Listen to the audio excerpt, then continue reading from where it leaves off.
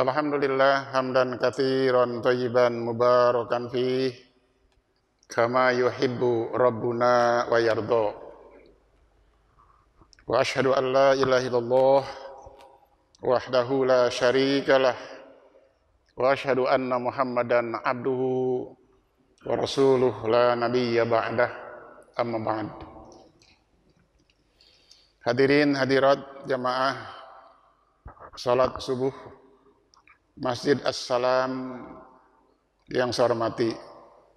Pertama, marilah kita bersyukur kehadirat Allah Tabaraka wa Ta'ala atas izin dan irodahnya dan atas bimbingan hidayah serta taufiknya, juga atas limpahan rahmat, nikmat dan karunia-Nya.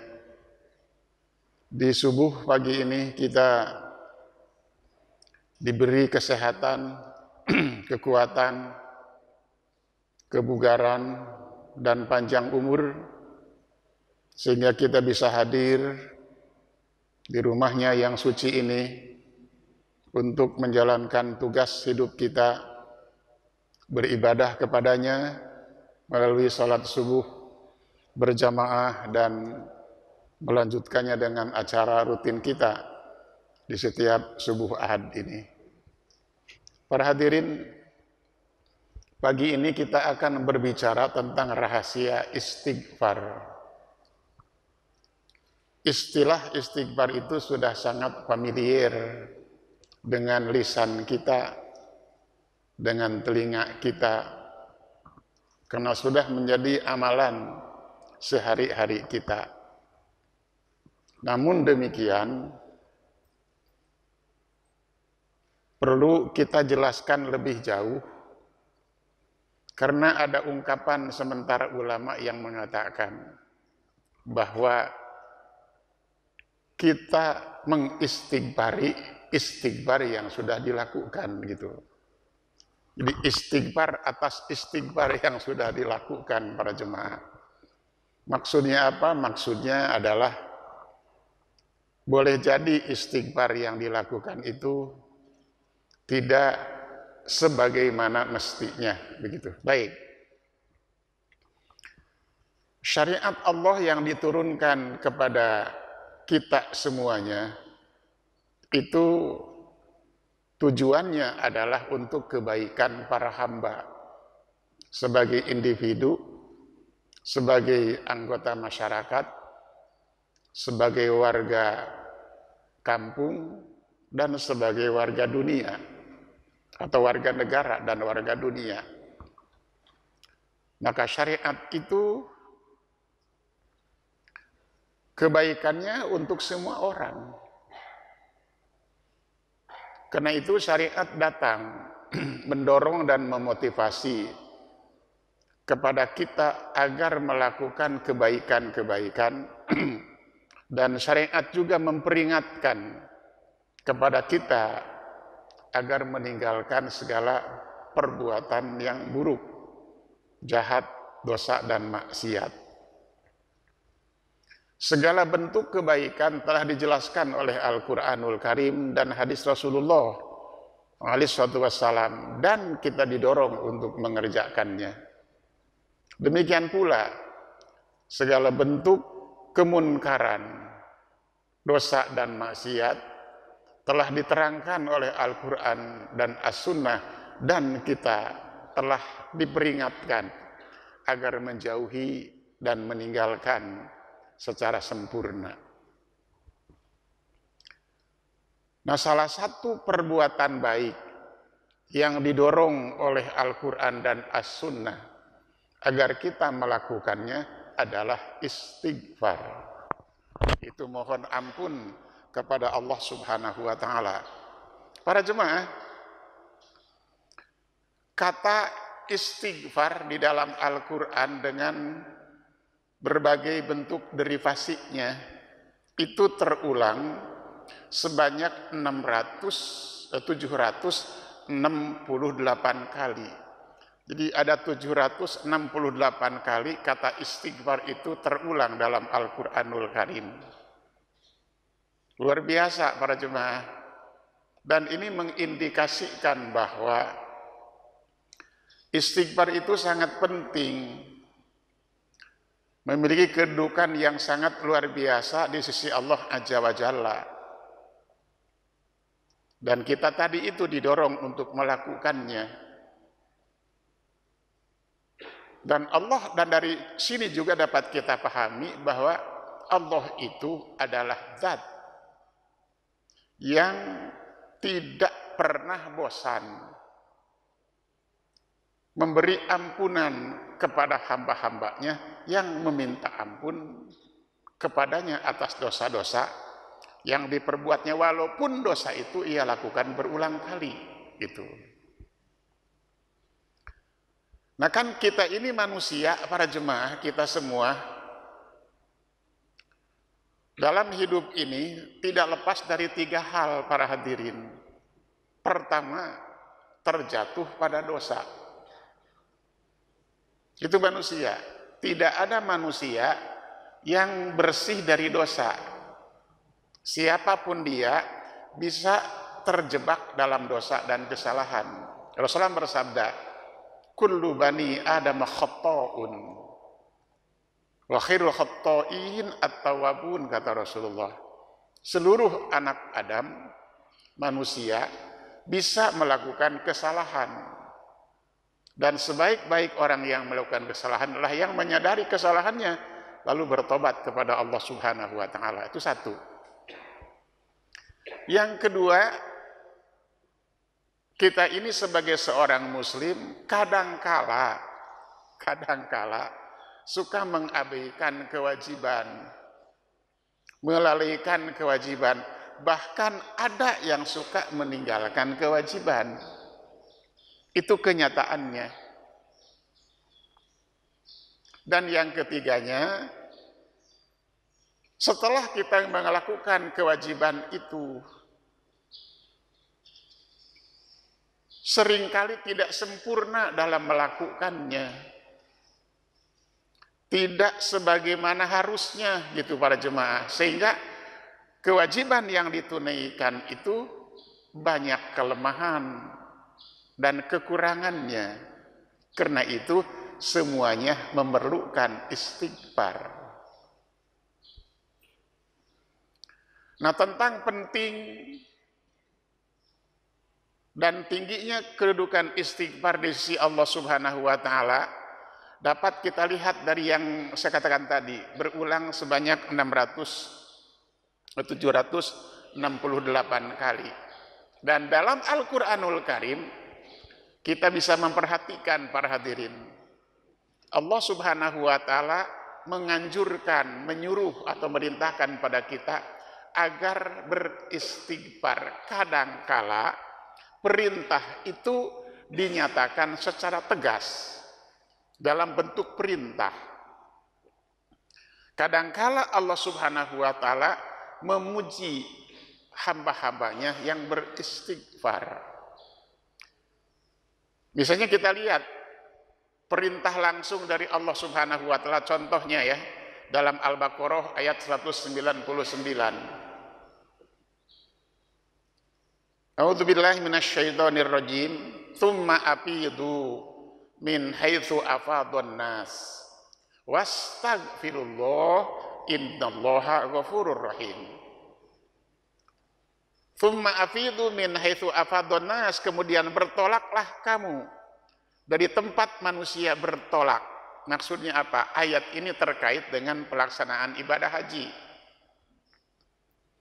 Kalau sudah selesai wukuf di Arafah, kan sampai maghrib tuh wukuf di Arafah itu, maka segeralah bertolak menuju tempat yang telah Allah tetapkan, itu Muzdalifah. Tidak usah sholat maghrib di Muzdalifah, di Arafah. Nanti sholat maghrib dan isya di jamak qashar takdim di Muzdalifah. Seperti itulah yang Rasul lakukan. Nah, terus perhatikan, kita lihat di sini, wastaghfirullah, dan mintalah ampunan kepada Allah.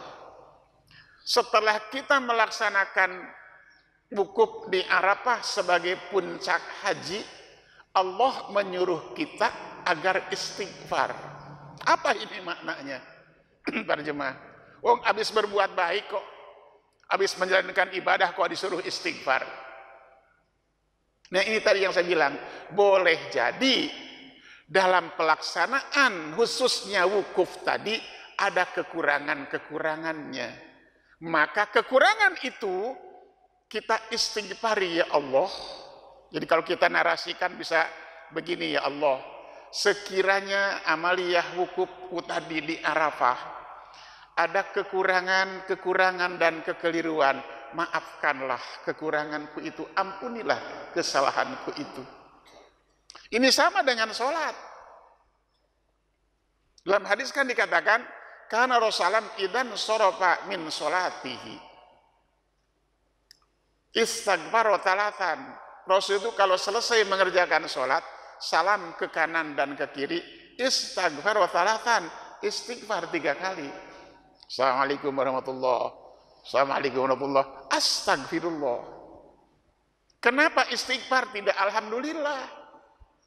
Kan sudah tuntas mengerjakan kewajiban, harusnya bersyukur, tapi justru Rasul mengajarkan istighfar. Nah itu tadi, sebab bisa saja dalam sholat yang kita lakukan itu ada kekurangan dan kelemahannya. Subuh tadi misalnya yang barusan kita laksanakan, bisa ada kekurangannya. Mungkin rakaat pertama khusyuk, rakaat kedua kurang khusyuk. Apalagi sekarang subuhnya itu jam 4:10 ya, 11 menit. Masih ngantuk, kurang fokus. Nah disitulah kekurangan fokus yang dalam kita terjadi dalam sholat yang kita lakukan. Kita istighfari, ya Allah, sekiranya ada kekurangan dalam sholat yang baru aku lakukan, aku mohon ampun, mohon maaf kepadamu. Begitu para jemaah. Itu satu, diperintahkan dengan kalimat yang tegas, kalimat perintah. Terkadang Allah memuji orang-orang yang melakukan istighfar. Misalnya di Ali Imran 17 dan Ad-Dariyat 18. 2 ayat ini esensinya sama, hanya struktur kalimatnya saja yang berbeda. Di Ali Imran 17, wal mustaghfirina bil ashar, dan orang-orang yang minta ampunan kepada Allah di waktu sahur. Sedangkan Ad-Dariyat mengatakan wabil asharihum yastaghfirun, dan pada waktu sahur mereka beristighfar. Sahur para jemaah, sahur itu adalah penggalan atau bagian dari waktu malam, yang bagian akhirnya. Jadi penggalan akhir dari waktu malam itu adalah sahur. Ya sekitar jam 2 sampai subuh itu waktu sahur para jemaah. Nah di bulan Ramadan pada waktu itu kita bangun untuk makan di waktu sahur. Kemudian waktu itu menjadi nama bagi perbuatan yang kita lakukan di waktu itu, jadilah sahur. Kau bilang, udah sahur belum? Waktu di masjid juga ada sahur gitu kan. Asalnya nama waktu di akhir malam. Nah, mereka yang melaksanakan, yang beristighfar di malam bagian sepertiga malam terakhir itu dipuji oleh Allah. Allah senang kepada mereka. Karena memang itu waktu yang sangat spesial. Waktu yang istimewa dan utama untuk berdoa, beristighfar, dan curhat lain kepada Allah Azza wa Jalla. Kan Rasul bersabda, yanzilu rabbuna tabaraka wa ta'ala fi kulli lailatin hina yabqa thuluthul lail, kan itu kata Rasul. Rabb kita Allah Azza wa Jalla turun ke langit dunia setiap malam ketika malam tinggal sepertiganya lagi gitu. Jadi waktu sahur itu. Lalu kata Rasul, Allah mengatakan,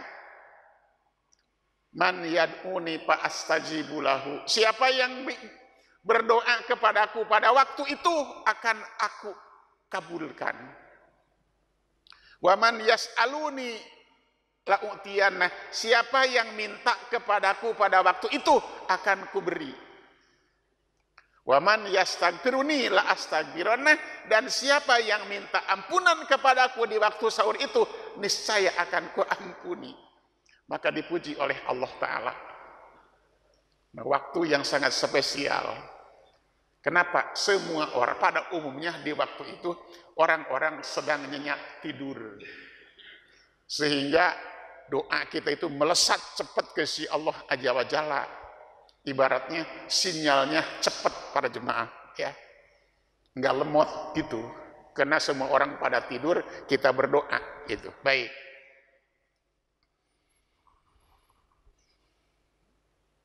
Kemudian pada hadirin dalam hadis riwayat Imam Muslim dari Abu Hurairah radhiyallahu anhu, Rasulullah bersabda begini, walladzi nafsi biyadihi, sabda Rasul, demi diriku yang ada di tangan kekuasaan Allah, laulam tudhnibu la dhahaballahu bikum, kalau kalian tidak pernah berbuat dosa maka Allah akan melenyapkan kalian.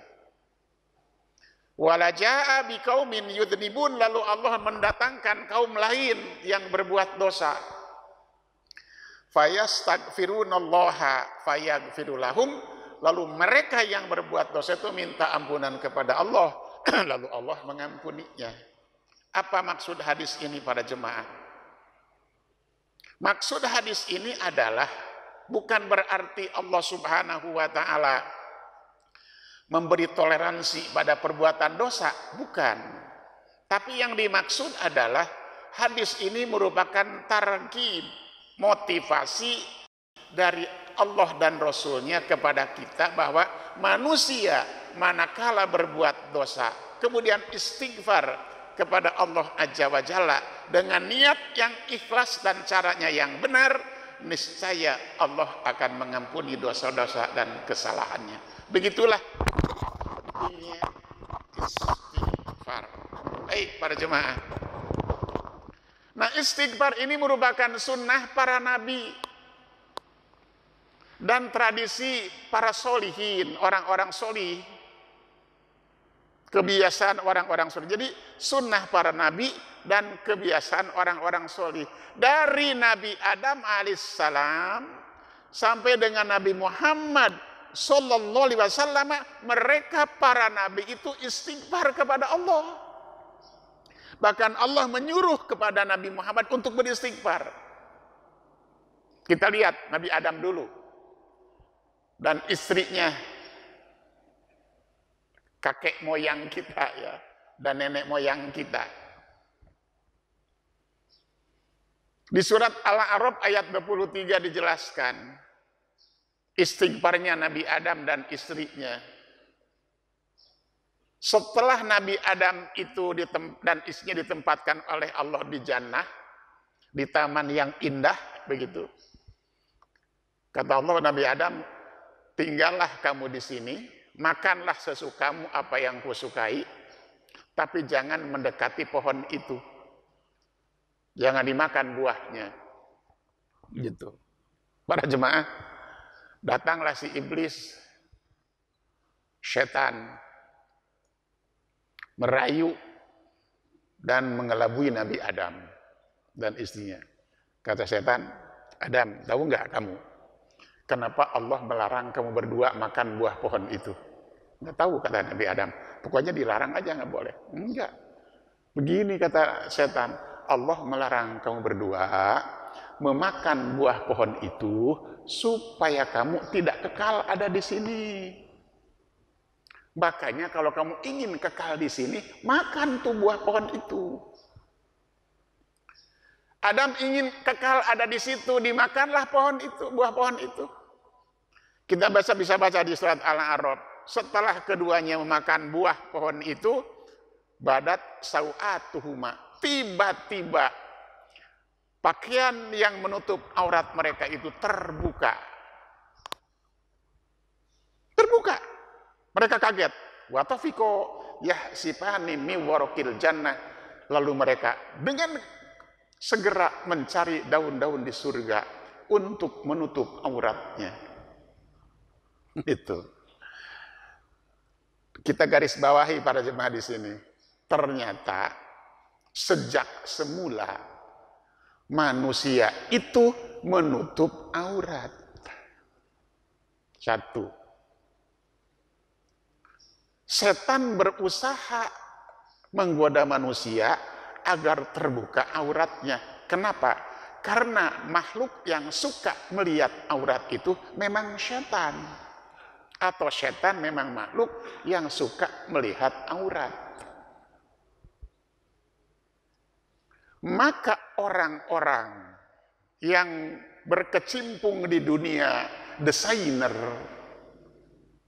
mendesain pakaian perempuan dan membuat pakaian perempuan sedemikian rupa sehingga aurat perempuan itu terbuka, itu adalah teman-teman setan atau bala tentara setan. Setelah itu apa? Sadar Adam dan istrinya, mereka beristighfar. Qala, kata Adam dan istrinya, Rabbana, apa doanya? Apa enggak? Dolamna anfusana fa illam taghfir lana wa tarhamna lanakunanna minal khosirin. Apal kita. Itulah tobatnya Nabi Adam, istighfarnya. Rabbana, ya Tuhan kami, dolamna anfusana, kami telah mendolimi diri kami sendiri dengan melanggar aturanmu itu, laranganmu itu. Fa illam taghfir lana, jika engkau tidak mengampuni dosa kami, watarhamna, dan melimpahkan rahmatmu kepada kami, niscaya kami tergolong orang-orang dolim.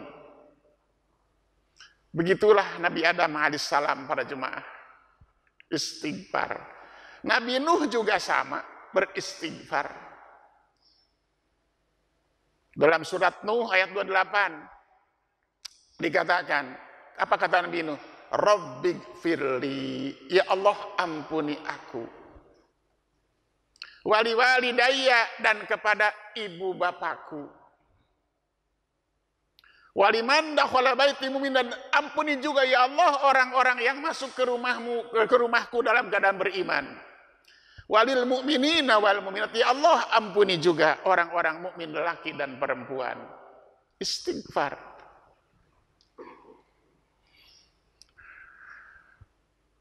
Nabi Nuh itu kita tahu seorang nabi yang umurnya panjang banget, berdakwah di tengah-tengah kaumnya selama 950 tahun. Saya nggak ngebayangkan bagaimana hidup sampai usia ratusan tahun itu. Kenapa saya bayangkan gitu? Kita saja 80 tahun, 70 tahun udah reot gitu. Dengkul udah susah, stamina sudah susah, naik tangga dah ngos-ngosan. Ini 70 tahun luar jemaah. Dan luar biasanya kesabarannya, berdakwah 750 tahun, pengikutnya cuma satu kapal. Itu pun dengan hewan ternak. Tidak ada riwayat yang menjelaskan secara definitif berapa jumlahnya. Ada yang bilang 80, ada yang bilang 40, wallahu alam. Cuma satu kapal. Padahal dakwahnya 750 tahun. Itulah dakwah para jemaah. Maka dari sini dapat kita katakan bahwa kesuksesan dakwah itu tidak bisa diukur dengan banyak dan sedikitnya pengikut. Bukan ukuran itu. Kalau seseorang berdakwah pengikutnya sedikit, jangan dibilang dakwahnya gagal. Jangan kita bilang Nabi Nuh dakwahnya gagal. Bahkan kalau kita lihat hadis, Rasul mengatakan ada nabi yang diutus oleh Allah, pengikut cuma 4 orang, 3 orang, bahkan ada nabi yang tidak punya pengikut sama sekali. Apa gagal dakwahnya? Tidak. Dakwah itu gagal bila si pendai itu meninggalkan dunia dakwah. Oh enggak, males. yang ngajinya cuma sedikit. Ditinggalkanlah dakwah itu sama dia. Itulah kegagalan dakwah.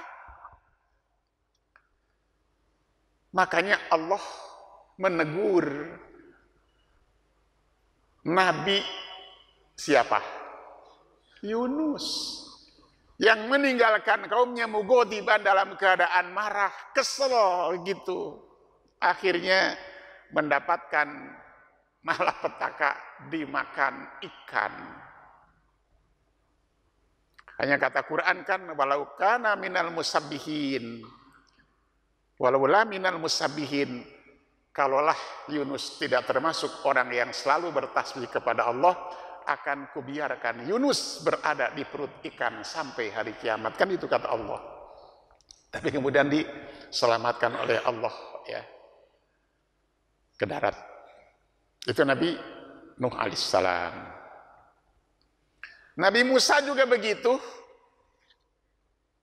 Dia juga beristighfar kepada Allah Subhanahu wa taala di surat Al-Qasas ayat 16.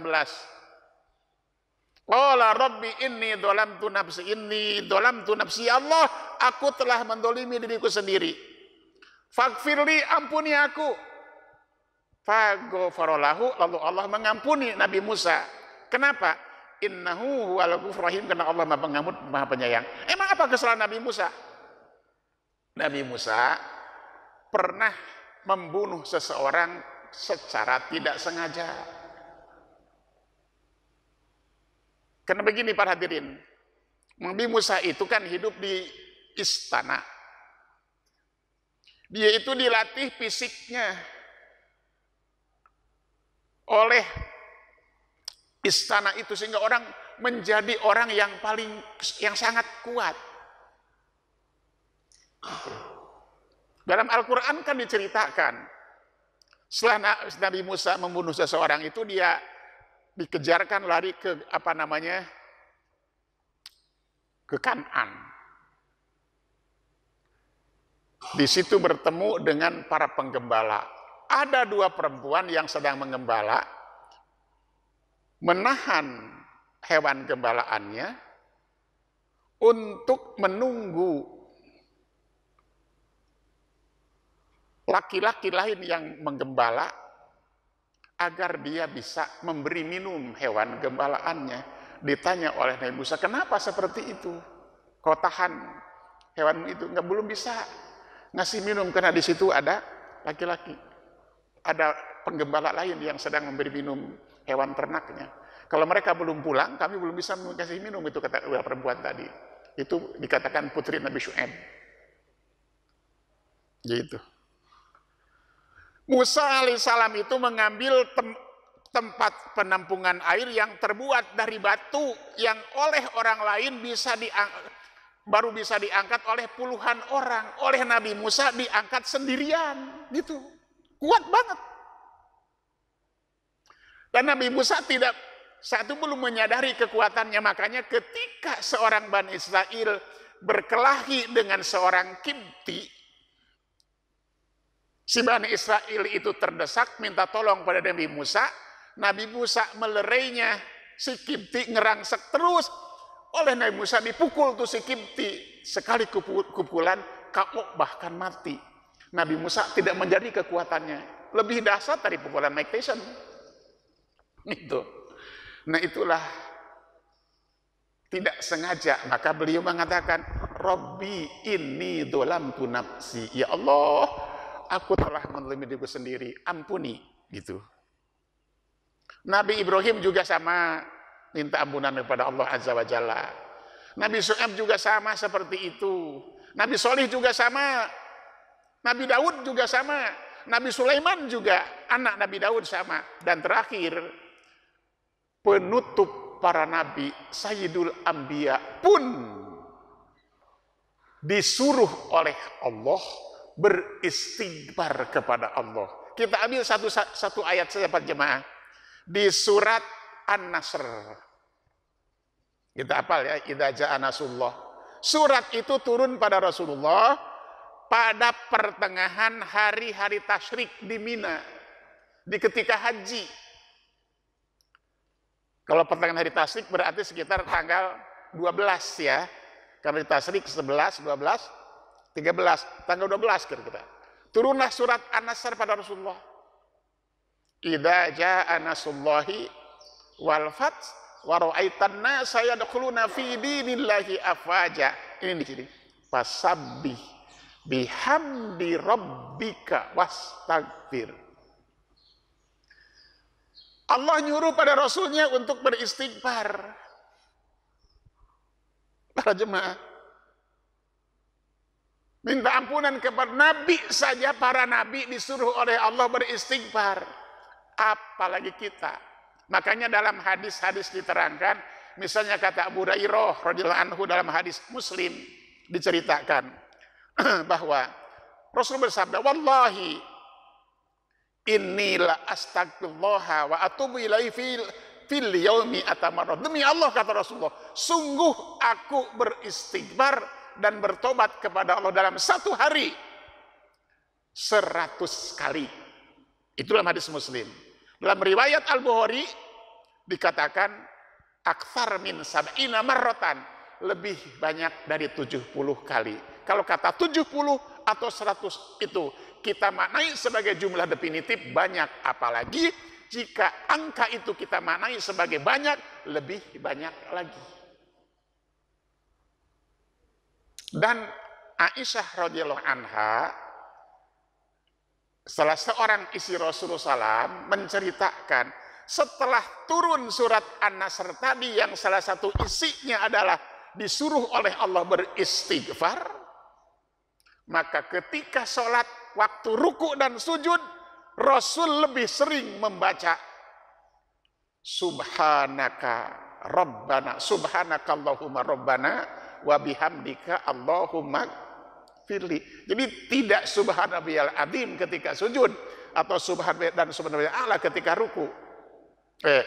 Ruku Subhanallahil Azim, sujud Subhanallahil A'la. Lebih sering membaca itu Subhanaka Allahumma Rabbana wa bihamdika Allahumma gfirli. Demikian luar biasa istighfar itu para jemaah ya. Seluruh para nabi minta ampunan kepada Allah. Baik, sekarang kita akan bahas fawaidul istighfar, faidah istighfar. Banyak sekali faidah istighfar ini. Yang pertama, istighfar merupakan sebab pertama dan sebab yang paling besar untuk memperoleh ampunan dari Allah Azza wa Jalla dari segala dosa dan kesalahan yang kita perbuat. Sehingga dengan istighfar terhapuslah dosa-dosa dan kesalahan ini. Dan ini penting bagi kita. Penting sangat. Penting sangat, sangat penting. Kenapa? Karena kalau dosa kita itu dihapus oleh Allah, maka dapat dipastikan di hari kiamat nanti akan selamat. Dan dapat dipastikan pula timbangan amal kebaikan kita akan jauh lebih besar dan lebih banyak atau lebih berat daripada timbangan keburukan kita. Segala keburukan kita sudah kita istighfari dan sudah diampuni oleh Allah Subhanahu wa taala. Di surat An-Nisa ayat 110 Allah berfirman, "Wa may ya'mal su'an", barang siapa yang melakukan perbuatan buruk, au yadlim nafsah, atau yadolimi dirinya sendiri dengan berbuat dosa, tsumma yastaghfirillah, lalu ia minta ampunan pada Allah. Kata ayat ini, yajidillaha ghafurur rahimah, niscaya dia akan mendapati Allah sebagai zat yang Maha Pengampun, Maha Penyayang. Bersih, clean, hilang dosa-dosa kita dengan istighfar. Dalam hadis Muslim dari sahabat Abu Dzar Al-Ghifari radhiyallahu anhu, Rasul bersabda, Allah berfirman, ini hadis qudsi. Apa firman Allah? Ya ibadi, kata Allah, hei hamba-hambaku semuanya, Innakum tukhti'una bil-laili wan-nahar. Sesungguhnya kalian itu suka berbuat dosa di malam hari dan di siang hari. Kapan saja kalian berbuat dosa. Wa ana aghfirudz dzunuba jami'a, dan aku, kata Allah, mengampuni dosa-dosa kalian semuanya. Fastaghfiruni, karena itu mintalah kalian ampunan kepadaku. Aghfir lakum, kata Allah, niscaya aku ampuni dosa-dosa kalian. Itu yang pertama. Yang kedua, para hadirin, istighfar merupakan sebab paling utama turunnya aneka kebaikan, beragam keberkahan, bermacam-macam rahmat, dan lepasnya kita dari segala kesulitan di dunia, lalu memperoleh pahala yang melimpah di hari kiamat nanti. Di surat Hud ayat 3 Allah berfirman, wa anistaghfiru rabbakum, hendaklah kalian minta ampunan pada Rabb kalian Allah Azza wa Jalla, tsumma tubu ilaihi, lalu bertobat kepadanya. Dua keuntungan. Satu, yumatikum mata'an hasana. Di dunia Allah akan memberi kepada kalian kehidupan yang baik. Yang keduanya, ila ajali musamma, di akhirat akan mendapatkan kesuksesan yang luar biasa. Itu dengan istighfar. Di dunia bahagia, di akhirat sukses luar biasa. Yang ketiga, faedah istighfar dan rahasianya. Dengan istighfar yang kita panjatkan kepada Allah Azza wa Jalla dengan berbagai bentuknya, akan hilang segala kegundahan hati, sirna segala kebimbangan dan kebingungan, was-was, cemas, susah gelisah akan hilang dari dalam diri kita.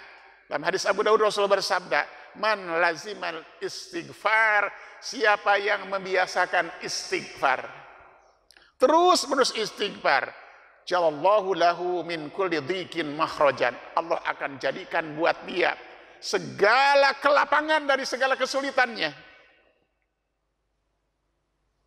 Wa min kulli hammin farhan, Allah akan hilangkan segala kesedihannya menjadi orang yang bahagia. Dan yang ketiganya, wa razaqahu min haitsu la yahtasib, Allah akan beri pada dia rezeki dari arah yang tiada terduga. Itu keuntungan, manfaat, faidah, buah dan rahasia istighfar. Kenapa Allah Ta'ala menyuruh kita berulang kali, ratusan kali agar kita beristighfar kepadanya? Tenang, tentram, lahir batin, dunia akhirat. Yang keempat, bahkan istighfar ini para jemaah dapat menjadi penawar bagi banyak kesulitan yang kita hadapi dalam hidup ini. Karena hidup ini akan selalu berhadapan dengan kesulitan. Saya sering katakan, ya kan, hidup kita ini berada dua dinamika yang sangat dinamis, datang silih berganti.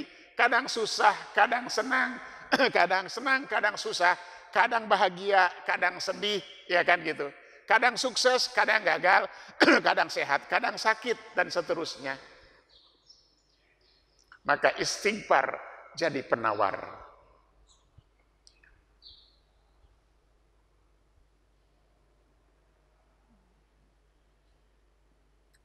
Misalnya seperti kekeringan yang menyebabkan kekurangan pangan, yang berdampak terjadinya kelaparan, dan negatif-negatif lainnya akan muncul. Dalam kondisi seperti ini, Rasul melaksanakan sholat istisqa bersama kaum muslimin. Dan dalam sholat istisqa itu banyak beristighfar kepada Allah Subhanahu wa Ta'ala agar Allah segera menurunkan hujan. Di surat Nuh ayat 10 Allah berfirman, "Fakultu istaghfiru rabbakum innahu kana ghaffara." Minta ampunlah kalian pada Tuhan kalian karena Dia Maha Pengampun, Dan setelah itu apa? Yursilis sama alaikum midroro. Niscaya Allah Ta'ala akan menurunkan hujan kepada kalian dari langit. Midroro, hujan yang lebat. Kalau kita hubungkan dengan apa yang sedang terjadi kepada kita sekarang ini para jemaah, ini sudah bulan Oktober ya. Harusnya sudah berber para jemaah kalau zaman dulu mah itu. Ini sedang apa namanya, lebat-lebatnya nih hujan di bulan ini, seharusnya gitu kalau kita lihat dulu ya. Kenapa sampai hari ini belum ada hujan juga? Bahkan panasnya terik sekali. Bisa mencapai 35, 37. Dan kalau kita buka Google, ternyata tempat saya di Ciputat itu kok terpanas di Indonesia, katanya gitu para jemaah. Allahu a'lam. Kenapa hujan nggak turun-turun? Maka disuruh istighfar. Kenapa disuruh istighfar? Berarti banyak dosa dan kesalahan. Dalam hadis At-Tirmidzi pada jemaah salam mengatakan, ya ma'syarul Ansor, kata wahai kaum Ansor. Tentu bukan untuk kaum Ansor, tapi untuk kita semua. 5 perkara kata Rasul yang aku takutkan kepada kalian dan aku berlindung kepada Allah jangan sampai kalian mengalami, atau 5 perkara itu mengenai kalian. Di antara 5 perkara yang paling Rasul takutkan adalah wa ma mana'a kaumun az-zakat illa mun'ulahumul qatru laula al-bahaim lam yumtoru. Satu di antaranya, manakala para pemilik kekayaan, orang-orang yang berpunya, pelit, kikir, tidak mengeluarkan zakat dari harta mereka, maka Allah akan tahan air hujan dari langit. Mereka tidak akan dihujani, kata hadis itu. Laulal bahaim lam yumtoru. Sekiranya kalau bukan karena hewan ternak, Allah tidak akan turunkan hujan. Itu yang satu. Yang satunya lagi kata hadis itu, jika penguasa di negeri itu tulim terhadap rakyatnya, Allah juga akan tahan air hujan dari langit. Makanya disuruh banyak istighfar.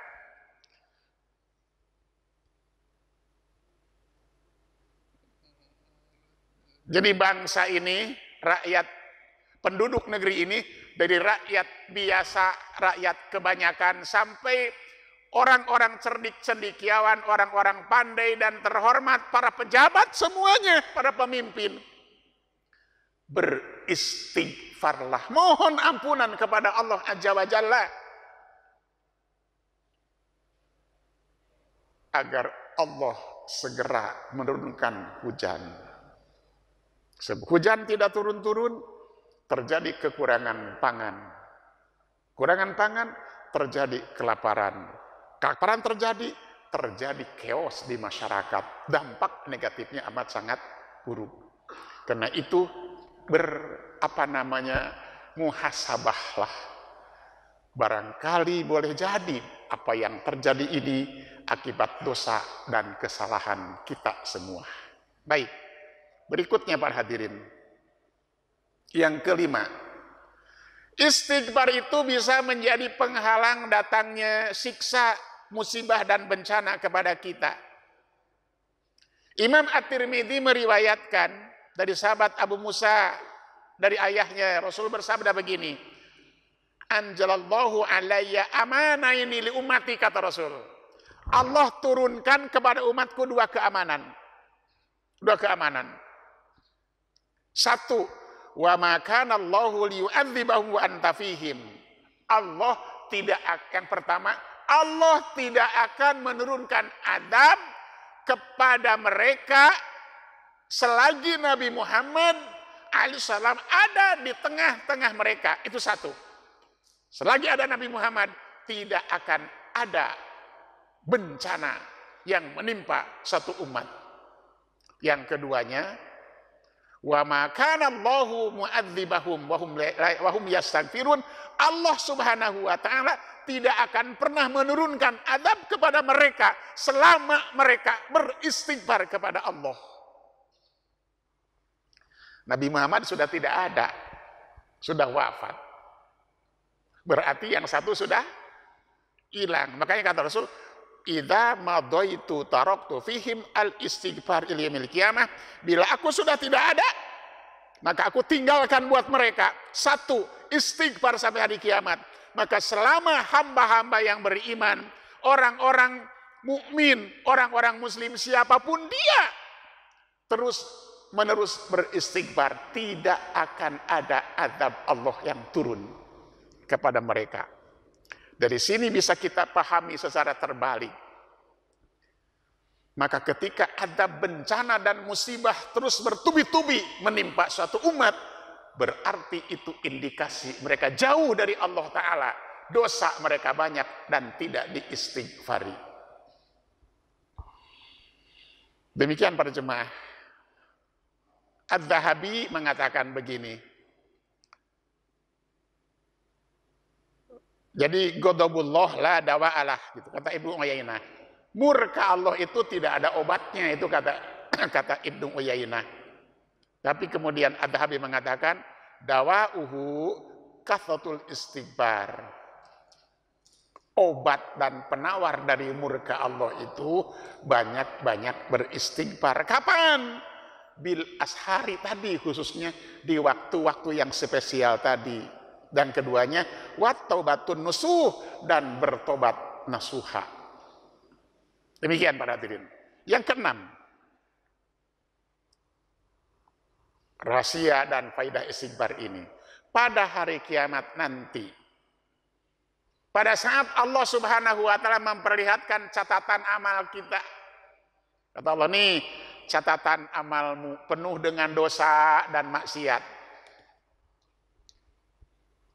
Tapi orang-orang yang senantiasa istighfar semasa hidupnya akan mendapatkan kebahagiaan yang luar biasa pada saat itu. Kenapa? Kita bacakan hadisnya riwayat Imam Ibnu Majah, An-Nasai dan Al-Baihaqi dari Aisyah radhiyallahu anha. Tuba liman wajada fi sahifatihi istighfaron katsira. Sungguh beruntung dan berbahagia orang-orang yang mendapatkan dalam catatan amalnya apa? Istighfar yang banyak. Beruntunglah mereka. Gitu. Di hadis lain riwayat At-Tabrani dalam Baihaqi dari Zubair bin Awam dikatakan, man ahabba an tasurrahu sahifatahu falyukthir fiha minal istighfar. Siapa yang ingin saat ia melihat catatan amalnya itu bagus, perbanyaklah istighfar sekarang ini. Dan istighfar juga yang ketujuh, menurut Ali Imran ayat 1, ayat 135 dan 136 menjadi penyebab seseorang masuk surga. Sudah saya katakan tadi di awal ya kan. Bahkan ini untuk ibu, untuk bapak, untuk kita semua. Hadis ini dinilai hasan oleh Syekh Al-Albani, riwayat Imam Ibnu Majah dan Ahmad. Ada seseorang yang ketika di surga nanti mendapatkan kedudukan yang tinggi, tapi ya bingung kenapa ada di situ. Begini para jemaah, innallaha la yarfa'ud darajata lil abdi shalihi fil jannah. Sesungguhnya Allah Ta'ala niscaya akan mengangkat derajat hamba yang soleh di surga nanti. Fayaqulu, lalu dia berkata, ya Rabbi min aina li hadza. Ya Allah, dari mana kedudukan yang tinggi yang aku dapat sekarang ini? Kayaknya aku gak pantas ada di sini. Aku bukan orang sebaik itu. Aku gak pantas ada di sini, kata dia. Apa jawab Allah? Fayaqul, Allah berfirman, bistighfari waladikalaka. Ini yang kau dapatkan ini karena hasil dari istighfar anak-anakmu kepada kamu. Jadi anak-anak kita yang soleh, mohon ampunan kepada Allah, atas dosa kita, setelah kita tiada akan mengangkat derajat kita di surga nanti. Ini yang Rasul katakan dalam hadisnya, bila anak Adam meninggal, putus segala amalnya kecuali 3. Salah satunya, waladun solihun yad'u, anak soleh yang mendoakannya. Maka kita harus jadi anak soleh yang tak pernah berhenti mendoakan orang tua kita yang sudah tidak ada, agar nanti anak-anak kita juga mendoakan kita saat kita sudah tidak ada. Hadis mengatakan, birru walidaikum tabarrukum auladakum, hendaklah kalian berbuat baik kepada ibu bapamu, niscaya anak-anakmu akan berbuat baik kepadamu. Yang ke-8, sedikit lagi, istighfar merupakan cara untuk mengalahkan setan. Dalam hadis Ahmad, Abu Ya'la dan At-Tabrani dari Abi Sa'id Al-Khudri dikatakan, kata setan di hadapan Allah, ya Allah, kata setan, dipercaya diri, aku akan terus menyesatkan dan menggoda manusia selama mereka masih hidup di dunia ini, sehingga mereka terjerumus dalam dosa dan maksiat. Itu kata setan. Kata Allah, silahkan saja. Silahkan saja. Karena la abrahu aghfiru lahum mastagfaruni. Aku tidak akan pernah berhenti mengampuni dosa-dosa mereka selama mereka beristighfar kepadaku. Gitu. Inilah para jemaah. Jadi makanya Ibnu Qayyim mengatakan, setan mengalahkan kita dengan dosa dan maksiat. Tapi kita kalahkan setan dengan istighfar dan tobat. Demikian para hadirin. Yang terakhir, tingkatan istighfar. Tingkatan istighfar yang paling pertama adalah istighfar dengan lisan. Ini yang paling rendah. Namun demikian, walaupun kedudukannya paling rendah, istighfar dengan lisan ini lebih baik daripada diam. Daripada diam dan bengong, apalagi main HP, ya gitu, mendingan istighfar satu. Istighfar membiasakan seseorang melakukan kebaikan. Dan istighfar melatih seseorang untuk bermudawamah dalam beramal soleh. Istighfar juga menuntun seseorang pada ketaatan. Istighfar dengan lisan menjauhkan orang dari keburukan. Dan jika ia berharap dengan istighfarnya akan dosanya diampuni oleh Allah, diampunilah oleh Allah. Itu tingkat pertama.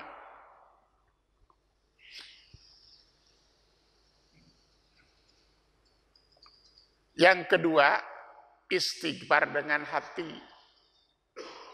Nah, istighfar dengan hati ini memiliki kekuatan yang lebih dahsyat daripada kekuatan istighfar dengan lisan. Gitu. Kenapa? Istighfar dengan hati bisa mengikis karat-karat hati akibat dosa. Kan Rasul bersabda, idza adnabal abdu dzanban nukitat fi qalbi nuqtatus sauda. Bila seorang hamba berbuat dosa, terjadilah di dalam hatinya noda-noda hitam.